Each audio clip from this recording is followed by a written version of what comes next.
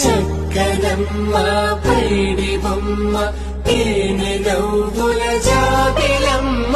లేని సాకులు చెప్పకమ్మ పట్టువోణి కట్టవమ్మ నాన్నయదపై నిన్నటిదాకా అల్లరి ఆటలు ఆడినా చిన్నారి తల్లి లేత భుజములు నేడు చీరలు మోయునా చక్కనమ్మ పైడి బొమ్మ తేనె నవ్వుల జాబిలమ్మ లేని సాకులు చెప్పకమ్మ పట్టువోణి కట్టవమ్మ నాన్నయదపై నిన్నటిదాకా అల్లరి ఆటలు ఆడినా చిన్నారి తల్లి లేత భుజములు నేడు చీరలు మోయునా